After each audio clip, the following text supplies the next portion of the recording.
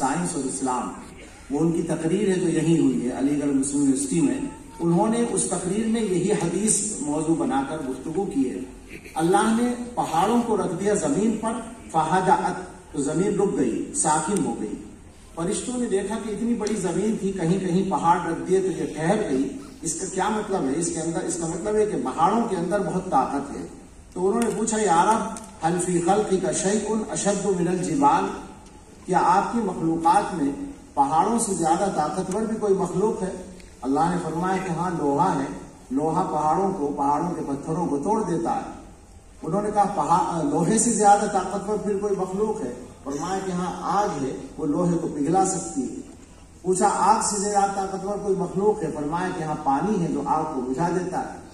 پوچھا کہ پانی سے زیادہ طاقتور کوئی مخلوق ہے؟ فرمایا کہ ہوا ہے جو پانی کو اڑا کر لے جاتی ہے.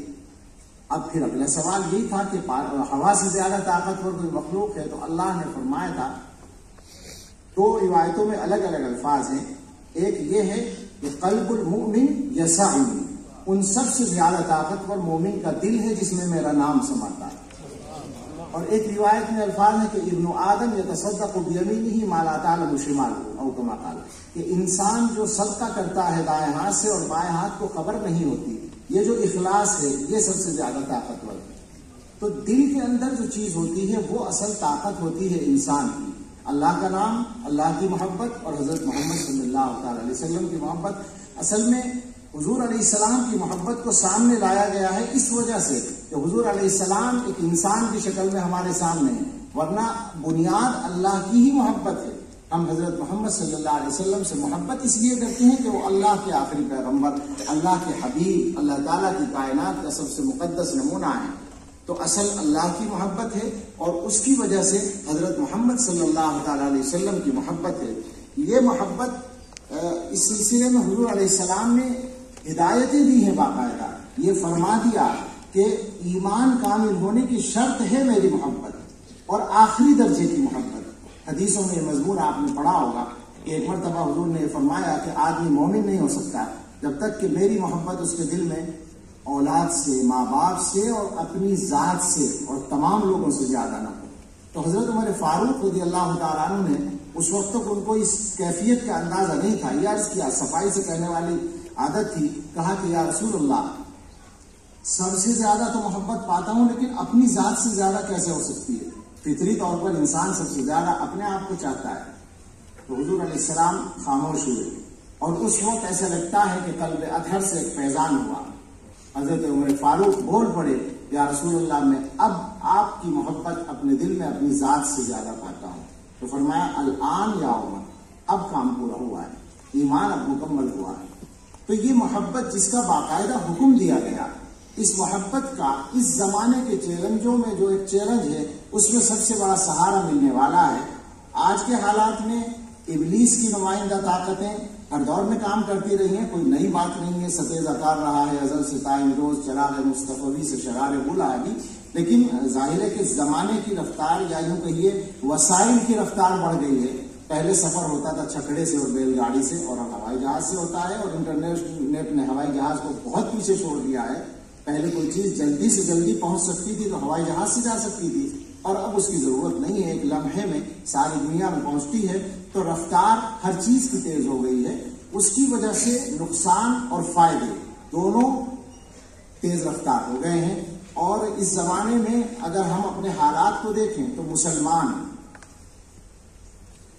معاف فرمائیں، دارالعلوم دیوبند کا ایک ادنا خاتم علی گڑھ یونیورسٹی میں کھڑا ہو کر کہہ رہا ہے کہ مسلمان اگر مجرمانہ غفلت بھی نہ کہیں تو کم سے کم سستی کا شکار ضرور ہے. کل ملا کر ہم سستی کا شکار بہرحال ہے اپنا کام کرنے کے سلسلے میں.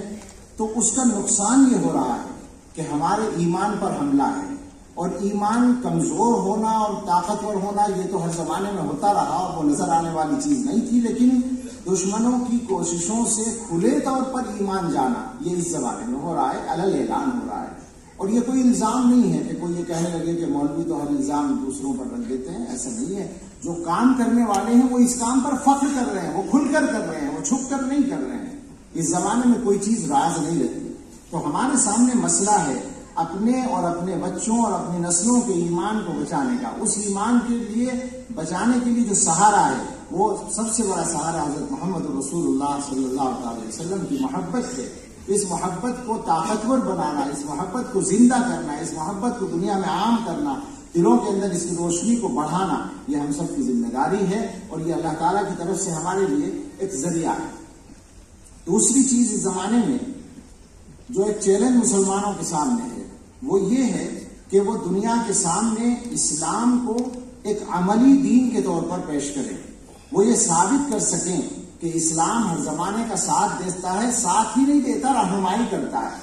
ہم سب کلمہ گو ہیں، ہمارا ایمان ہے کہ یہ دین ان الدین عند اللہ الاسلام، یہ قیامت تک کے لیے ہے. اور ومن یبتغی غیر الاسلام دینا فلن یقبل منہ، یہ ہمارے ایمان کا حصہ ہے. لیکن ہو کیا رہا ہے؟ ہو یہ رہا ہے کہ دنیا میں ظاہر ہے کہ طاقت اور پاور اس وقت ہمارے ہاتھ میں نہیں ہے.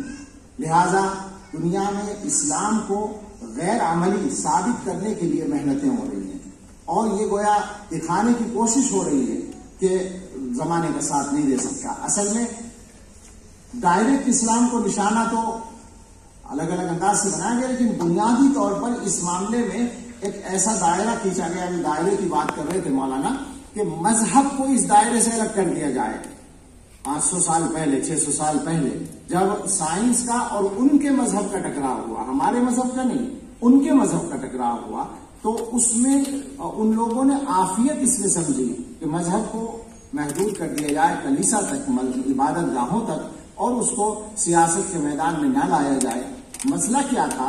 ان کے مفکرین بڑے سمجھدار لوگ ہیں، انہوں نے غور و فکر کر کے یہ سمجھا تھا کہ جیسے زمانہ بڑھے گا ہمارا مذہب پیچھے جائے گا، اس لیے کہ وہ زمانے کے تقاضوں کا ساتھ دینے کی صلاحیت ہی نہیں رکھتا. ان کو پتا تھا یہ ان کا مذہب کچھ عبادات میں رہنمائی کر سکتا تھا، لیکن سیاست میں، معاشرت میں، آگے آنے والی ترقیات میں، چیلنجوں میں یہ یقین تھا ان کو کہ ہمارا مذہب ساتھ نہیں دے گا، اور جو مذہب ساتھ دے گا اس کا نام اسلام ہوگا.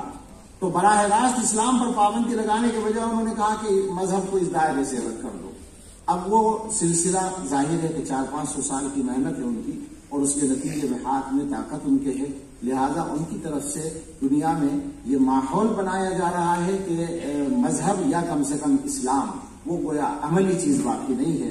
اگر ہم مسلمان، یہ بات کسی کے خلاف نہیں ہے، ہم کسی کے مذہب کی مذاق نہیں اڑا رہے ہیں، یا ہم کسی کے مذہب کی مخالفت نہیں کر رہے ہیں، یا اسلام کو زبردستی تھوپ نہیں رہے، لیکن اگر دنیا میں دوسرے مذہب کے ماننے والوں کو آزادی حاصل ہے اور بلا شبہ حاصل ہے، اور ہم اس آزادی کا احترام کرتے ہیں، تو ہمارا یہ حق میں دنیا کو تسلیم کرنا پڑے گا.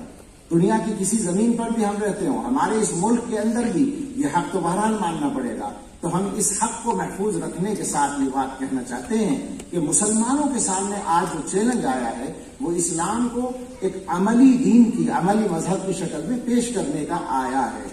آج ماحول اس طرح کا بن گیا ہے کہ نماز پڑھنا ایک اجنبی چیز بنا دیا گیا.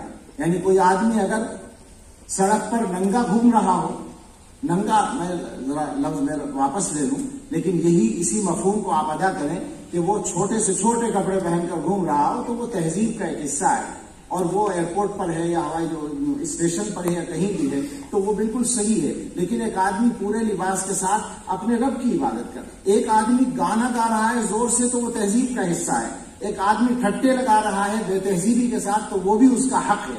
ایک آدمی ایک طرف مصلی بچھا کر 2 رکعت پڑھ رہا ہے تو یہ گویا کہ ماحول کے خلاف ایک بات ہے. یہ چلانے کی کوشش ہو رہی ہے، اگرچہ ہمارے ملک کا اصل ماحول یہ نہیں ہے. آج ہم گفتگو کر رہے تھے، میں نے لوگوں کو اپنے تجربات سنائے اس سلسلے، اور آپ سب کے سامنے تجربے ہمارے ملک کا جو عام مزاج ہے وہ رواداری کا مزاج ہے. لیکن بہرحال کوشش ہو رہی ہے یہ ماحول بنانے کی. اگر علی گڑھ مسلم یونیورسٹی کا ایک فرزند محمد علی جوہر لندن کی پارلیمنٹ میں گول میز کانفرنس کے دوران نماز کا وقت ہونے پر اٹھ کھڑا ہوتا ہے اور اس کو جگہ نہیں ملتی، یعنی مصلی نہیں ملتا، تو وہ اپنی شیروانی اتار کر نماز کی نیت باندھ لیتا ہے، تو ہمیں یہاں سے یہ پیغام تو دینا پڑے گا کہ اسلام ہر دور کے اندر عملی دین ہے اور ہر زمانے کے تقاضوں کا ساتھ دیتا ہے. اس سلسلے میں امام ربانی مجدد الفسانی رحمۃ اللہ علیہ، جو ہندوستان کی سب سے بڑی اسلامی عبقری شخصیت ہیں، ان کا ایک ارشاد مجھے یاد آتا ہے. انہوں نے ان کے مکتوبات ہیں، خطوط ہیں، جن میں انہوں نے اپنے پورے افکار کی ترجمانی کی ہے. اور یہ آپ جانتے ہی ہیں کہ ان کی جو شخصیت ہے اسی کی برکت سے شاید ہم ہندوستان کے اندر اس حلیے اور شکل کے ساتھ موجود ہیں. علامہ اقبال نے ان کے بارے میں کہا تھا کہ حاضر ہوا میں شیخ مجدد کی لحد پر، وہ خاک کے ہے زیر فلک مطلع انوار، اس خاک کے ذروں میں ہے پوشیدہ، کیا ہے وہ، اس خاک کے ذروں سے ہیں شرمندہ ستارے، اس خاک میں پوشیدہ ہے وہ صاحب اسرار، گردن نہ جھکی جس کی جہانگیر کے آگے، جس کے نفس گرم سے ہے گرمی احرار، وہ ہند میں سرمایہ ملت کا نگہباں، اللہ نے بروقت کیا جس کو خبردار. وہ مجدد الفسانی اپنے خط میں فرماتے ہیں کہ عام طور پر ہمارے یہاں ایک لفظ بولا جاتا ہے سنت کا اتباع، حضرت محمد صلی اللہ علیہ وسلم کی سنت کا اتباع. تو یہ فرماتے ہیں کہ عام تصور جو ہے اتباع سنت کا وہ بڑا محدود ہے، اس کو صحیح کرو. انہوں نے اس کے لیے 7 نقطے لکھے ہیں، اس میں سے تین پر میں مختصر سی بات کروں گا وقت کی گنجائش کے مطابق. اخیر کے جو 4 ہیں وہ تصور کی اصطلاحات ہیں، لیکن شروع کے جو 3 ہیں ان کا مفہوم یہ بنتا ہے اصل میں کہ عام مسلمان کے سامنے جب اتباع سنت کے، یہ کہیے دیندار لوگوں کے یہاں جب اتباع سنت کا لفظ آتا ہے تو ہم یہ سمجھتے ہیں کہ اگر کسی آدمی نے داڑھی رکھ لی، کرتا پاجامہ پہن لیا، ٹوپی اوڑھ لی اور ذرا کچھ نماز وغیرہ ٹھیک پڑھنے لگا، کھانے وانے میں کچھ سنت کا آداب کا خیال کرنے لگا، تو ہم سمجھتے ہیں کہ آدمی سنت کا متبع ہے اور گویا وہ ہمارے لیے بہت اچھا ایک نمونہ ہوتا ہے. اچھا، ہمارا مسئلہ یہ ہے کہ ہمارے یہاں اتنا کرنے والے بھی چونکہ کم ہیں، اس لیے غنیمت ہے کہ آدمی لگ رہا ہے ہمیں سنت پہ چلنے والا. لیکن مجدد صاحب فرماتے ہیں کہ دیکھو حضور کی سنت کا مطلب 2-4 اعمال کا مسئلہ نہیں ہے، سنت تو طریقے کو کہتے ہیں. حضور علیہ السلام نے ایک بھرپور زندگی گزاری ہے، کامل زندگی گزاری ہے، دنیا کے تمام شعبوں میں کام کیا ہے، تو ہر شعبے میں جو حضور کا طریقہ ہے اس کا نام سنت ہے اور اس پر چلنے کا نام اتباع سنت ہے. تو وہ فرماتے ہیں کہ پہلا نقطہ یہ ہے کہ تم اپنے سارے ظاہری کاموں کو سنت کے تابع بناؤ. ظاہری کام کیا ہے؟ یہی اصل سب سے بڑا نقطہ ہے، بلکہ میں سمجھتا ہوں کہ بعد والے کو ابھی میں کہہ دوں اور اس پر بعد میں بات کریں. دوسرا نقطہ ہے باطنی اعمال کو سنت کے تابع بناؤ، یعنی اپنے دل کے اندر جو چیزیں ہوتی ہیں، دل کے اندر تمہارے بڑائی نہ ہو، تکبر نہ ہو، تواضع ہو، دل میں دکھاوا نہ ہو، اخلاص ہو، دل میں حسد نہ ہو، خیر خواہی ہو. اس طرح کی جو برائیاں دل میں ہوتی ہیں ان کو صاف کر کے حضور کے دل کا نمونہ بنانے کی کوشش کرو اپنے دل کو. اور اپنے تیسرا نقطہ یہ ہے کہ جو عمل تم کرو اس کی کیفیت حضور کی کیفیت سے ملتی جلتی ہو، یہ محنت کرو، اس کی کوشش کرو. پہلے نقطے پر آتے ہیں، وہ فرماتے ہیں کہ اپنے سارے ظاہری کاموں کو حضور کی سنت کے تابع بناؤ. اب آپ سوچیں کہ ظاہری کاموں میں کیا کیا چیزیں ہیں؟ تقریباً زندگی کے اکثر اعمال آ جاتے ہیں. یعنی مثلا یہ ہے کہ تم اپنا لباس، ٹھیک ہے، ظاہری کام ہوا. تم اپنا کھانا پینا حضور کی سنت کے مطابق کرو، ایک ظاہری عمل ہوا. تم اپنا بولنا چالنا، اٹھنا بیٹھنا، چلنا پھرنا، لوگوں کے ساتھ ملنا جس کو ہم اخلاق کہتے ہیں، لوگوں کے ساتھ برتاؤ کرنا جس کو معاشرت کہتے ہیں، اور برتاؤ میں پھر اپنے گھر والوں کے ساتھ، جیسا ابھی مولانا نے متوجہ کیا. یہ واقعہ ہے کہ اس زمانے میں اس پہلو سے مسلمانوں کو بہت محنت کرنے کی ضرورت ہے کہ ان کی جو معاشرت ہے وہ حضرت محمد رسول اللہ صلی اللہ تعالی علیہ وسلم کی معاشرت کا نمونہ بن جائے، تو مسلمانوں کے اپنے مسئلے بھی کم ہوں گے اور دوسروں کے سامنے نمونہ اچھا ہوگا.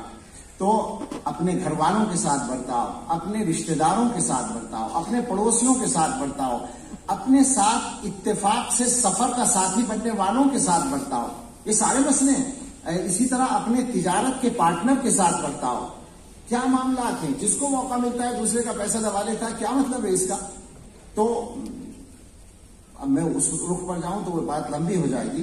جتنے کام ہیں یہ سارے کے سارے ظاہری اعمال میں آئیں گے، اور جناب عالی ظاہری اعمال میں پھر یہ بھی آئے گا کہ دنیا والوں کے سامنے آپ اپنے دین کا پیغام کس طرح پیش کریں. اس کا نمونہ بھی حضرت محمد صلی اللہ تعالی علیہ وسلم نے آپ کو دکھا دیا ہے. اور جناب علی ظاہری اعمال میں یہ بھی ہوگا کہ آپ اپنے شعبے کو دیکھیں کہ آپ کس میدان میں کام کرتے ہیں. جس میدان میں آپ کام کرتے ہو اس میدان میں آپ کے سامنے حضرت محمد رسول اللہ صلی اللہ تعالی علیہ وسلم کا نمونہ ہوگا. دنیا کے سامنے ہمارا جو رخ آتا ہے زیادہ، وہ اس وقت خاص طور پر آتا ہے جب ہم سماجی زندگی میں کام کرتے ہیں یا سیاسی زندگی میں کام کرتے ہیں. یہ دو موقع ایسے ہوتے ہیں جن میں دوسری اقوام سے ہمیں واسطہ پڑتا ہے۔ کیا آپ سمجھتے ہیں کہ مسلمان اس زمانے میں سماجی پہلو سے یا سیاسی پہلو سے جو کام کر رہے ہیں تو کیا ان کا کوئی دوسروں پر ایسا اثر پڑتا ہے کہ وہ ہمیں کوئی نمونے کی شخصیت جان لیں؟ معاف فرمائے، میں ایسا نہیں سمجھتا۔ دنیا کے حالات جو ہمیں بتا رہے ہیں وہ یہ کہ ہم کوئی اچھا اثر چھوڑنے میں کامیاب نہیں ہو رہے ہیں۔ لیکن آپ غور کریں، حضرت محمد رسول اللہ صلی اللہ علیہ وسلم کی سیرت کو پڑھیں۔ مسئلہ یہی ہے کہ ہم سیرت پڑھتے نہیں ہیں۔ سال بھر میں ہم منا لیتے ہیں، ربیع الاول کا مہینہ سیرت کے جلسوں کے لیے خاص کر لیتے ہیں، اور اب تو اس کو عید کہا جانے لگا باقاعدہ سرکاری طور پر۔ میرے یہاں حاضری جو ہے اس کا یہ اشتہار یہاں کا کسی نے وائرل کر دیا، تو وہاں فیس بک پر بحث چھڑی ہوئی ہے کہ یہ عید میلاد النبی کے عنوان سے تقریب میں شرکت کرنے کے لیے کیوں گئے ہیں۔ ظاہر ہے کہ میرے پاس تو جواب ہے، میں مسلم یونیورسٹی میں مجھے بلایا گیا تو مجھے حاضر ہونا تھا اپنی بات کہنے کے لیے، لیکن یہ واقعہ ہے کہ رسول اللہ صلی اللہ تعالی علیہ وسلم کی ولادت کا دن عید نہیں ہے، اگرچہ عید سے ہزاروں گنا زیادہ خوشیوں کی بنیاد ہے، ہر عید سے بڑھ کر۔ تو سارے سال ہم سیرت کو پڑھیں۔ اب سیرت کو جس طرح پڑھنے کی ضرورت ہے اس کا ایک چھوٹا سا نمونہ عرض کروں گا اور مجھے بات کو سمیٹنا ہے۔ سیرت کی کتابوں کے 2 واقعے بہت مشہور ہیں۔ ایک واقعہ یہ ہے، یہ تو بالکل ہر آدمی جانتا ہے کہ غزوہ خندق کے موقع پر حضرت جابر بن عبداللہ رضی اللہ عنہ حضور علیہ السلام کے پاس آئے اور انہوں نے کہا کہ بھوک سے حال خراب ہے اور کمر سیدھی رکھنے کے لیے پیٹ پر ایک پتھر باندھ رکھا ہے۔ انہوں نے دکھایا کہ پتھر باندھ رکھا ہے، تو حضور علیہ السلام نے اپنا کرتا اٹھا کر دکھایا تو وہاں 2 پتھر بندے ہوئے۔ یہ واقعہ مشہور ہے۔ آپ غور کریں کیا اس میں پیغام ہے؟ پیغام یہ ہے کہ اگر آپ کی قوم کسی پریشانی سے دوچار ہے تو وہ آپ کے لیے نئی خبر نہ ہو، اس سے قائد جو ہے، لیڈر جو ہے، وہ پہلے دوچار ہے۔ اصل سبق یہ ایسا نہیں ہے کہ وہ قائد کے پاس گئے تو وہ پیٹ بھرا ہوا بیٹھا ہے، اس کی سمجھ میں نہیں آ رہا کہ آدمی بھوکا کیسے رہ سکتا ہے۔ پتہ یہ چلا قائد پہلے سے بھوکا ہے۔ ایک روایت میں یہ واقعہ ہے کہ صحابہ کہتے ہیں کہ شور ہوا یا افواہ ہوئی کہ دشمن نے حملہ کر دیا، تو ہم لوگوں نے کہا کہ بھائی نکل کے دیکھنا چاہیے کدھر سے حملہ ہو رہا ہے، تو ہم ہتھیار لگا کے تیار ہو کے چلے اور مدینے سے نکل ہی رہے تھے کہ دیکھا رسول اللہ صلی اللہ علیہ وسلم ادھر سے واپس تشریف لا رہے ہیں۔ وہ اکیلے نکل گئے تھے اور دیکھ کر واپس تشریف لا رہے تھے اور فرمایا لم تراؤ، ڈرنے کی بات نہیں ہے، میں دیکھ کر آ گیا۔ یعنی قائد کے سامنے جب قوم کوئی مسئلہ لے کر جائے تو یہ نہ ہو کہ قائد صاحب کو پہلی بار پتا چلے کہ اچھا یہ ہو گیا ہے، چلو دیکھتے ہیں، غور کرتے ہیں۔ نہیں، قائد کو پہلے سے پتا ہو کہ کیا مسئلہ ہے اور وہ اس کو حل کرنے کے لیے کوشاں ہو۔ یہ حضور علیہ الصلوۃ والسلام کی سنت کے اتباع کا حصہ ہے۔ میں یہ عرض کر رہا تھا کہ حضور علیہ السلام کے جو حقوق ہیں ان میں پہلا حق محبت اور دوسرا حق اتباع۔ محبت کی ضرورت ہے اس زمانے میں ایمان کے خطرات سے نمٹنے کے لیے، اور اتباع کی ضرورت ہے اس زمانے میں اسلام کو ایک عملی دین کے طور پر پیش کرنے کے لیے۔ ضرورت ہے کہ ہم سب اس پہلو پر پڑھیں، لکھیں، سوچیں، سمجھیں اور اپنی زندگی میں اس کو عملی طور پر لا کر دنیا کے سامنے اسلام کا صحیح چہرہ پیش کریں۔ اللہ ہمیں توفیق عطا فرمائے۔ بہت شکریہ۔ آمین۔ وآخر دعوانا الحمدللہ۔